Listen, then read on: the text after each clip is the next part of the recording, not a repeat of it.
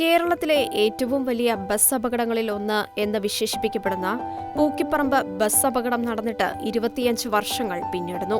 2001 March 11-നായിരുന്നു കേരളത്തെ നടുക്കിയ 41 പേർ വെന്തു മരിച്ച ബസ് അപകടം ഉണ്ടായത്. ഗുരുവായൂരിൽ നിന്ന് തലശ്ശേരിയിലേക്ക് പോവുകയായിരുന്ന പ്രണവം എന്ന ബസ്സാണ് അപകടത്തിൽപ്പെട്ടത്. കോട്ടയ്ക്കൽ കോഴിച്ചന AR ക്യാമ്പിന് സമീപത്തെ പൂക്കിപ്പറമ്പിൽ ചെകുത്തായ ഇറക്കത്തിൽ ഷാഫ്റ്റ് ഒടിഞ്ഞതിനെ തുടർന്ന് ബസ് മറിഞ്ഞ് തീപിടിക്കുകയായിരുന്നു. മരണം സംഭവിച്ചവരിൽ ഭൂരിഭാഗവും സ്ത്രീകളായിരുന്നു. പെട്രോൾ ടാങ്കിൽ പിടിച്ച തീ വളരെ പെട്ടെന്ന് ആളിപ്പടർന്നതിനാലും ബസ് മറിഞ്ഞത് വാതിലുകൾ അടിയിലായ രീതിയിലായതിനാലും രക്ഷാപ്രവർത്തകർ എത്തും മുമ്പേ ദുരന്തം സംഭവിച്ചു കഴിഞ്ഞിരുന്നു. തിരിച്ചറിയാനാവാത്ത വിധം കത്തിക്കരിഞ്ഞ നിലയിലായിരുന്നു മൃതദേഹങ്ങൾ. മരിച്ചവരിൽ താമരശ്ശേരി രൂപതയിൽപ്പെട്ട 5 ജീസസ് യൂത്ത് പ്രവർത്തകരും ഉൾപ്പെട്ടിരുന്നു. ജീസസ് യൂത്തിന്റെ ഇടുക്കി രാജപുരം ഇടവകയിൽ മിഷൻ ഔട്ട്റീച്ച് പ്രോഗ്രാമിന് ശേഷം തിരികെ വീട്ടിലേക്ക് വരുന്ന വഴിയാണ് ഈ 5 ജീവിതങ്ങളെ മരണം കവർന്നത്. കൂരാച്ചുണ്ട് സ്വദേശികളായ റോയ് ചുവപ്പുങ്കൽ, ചെമ്പനോട സ്വദേശികളായ രജനി കാവിൽപുരയിടം, ഷിജി കറുത്തപാറയ്ക്കൽ, ബിന്ദു വഴികടവത്ത്, റീന പാലറ എന്നിവരായിരുന്നു അവർ. അപകടത്തിൽപ്പെട്ട ബസ്സിൽ നിന്നും റോയ് സുരക്ഷിതമായി പുറത്തു ചാടി.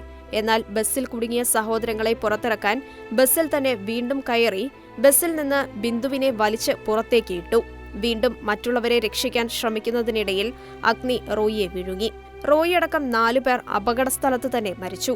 അപകടം നടന്ന 5-ാം ദിവസമാണ് ബിന്ദുവിന്റെ മരണം. ബിന്ദുവിലൂടെയാണ് അപകടത്തിന്റെ വിവരം ബന്ധുക്കളും സുഹൃത്തുക്കളും അറിയുന്നത്. സ്നേഹിതന് വേണ്ടി ജീവൻ ബലി കഴിക്കുന്നതിൽ പരം വലിയ സ്നേഹമില്ല എന്ന ദൈവവചനം മരണസമയത്തും റോയ് പാലിച്ചു.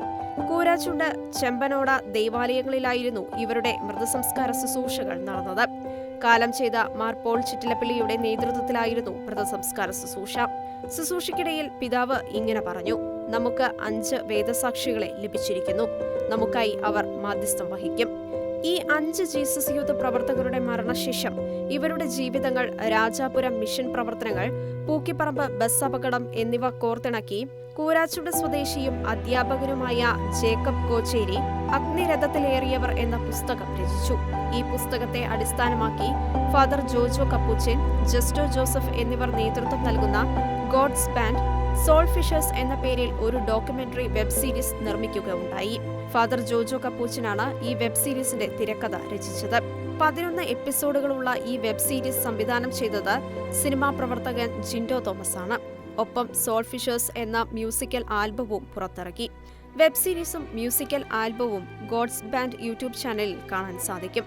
മരണപ്പെട്ട ഈ 5 ജീസസ് യൂത്ത് പ്രവർത്തകരെ സ്മരിച്ചുകൊണ്ട് ജീസസ് യൂത്ത് നല്ല അയൽക്കാരൻ പ്രൊജക്ടുമായി സഹകരിച്ച് 6 ഭവനങ്ങൾ നിർമ്മിച്ചു നൽകുന്നു. 2025 മാർച്ച് 11-ന് നിത്യതയിൽ 25 വയസ്സ് പൂർത്തിയാക്കുമ്പോൾ ഇവരുടെ ജീവിതം ഇന്നത്തെ തലമുറയ്ക്ക് ഒരു വിശ്വാസ സാക്ഷ്യമാവുകയാണ്. ദൈവരാജ്യത്തിനായി ആത്മാക്കളെ തേടിയിറങ്ങിയ 5 പുണ്യജീവിതങ്ങൾ. Church desk, ഷെക്കന news.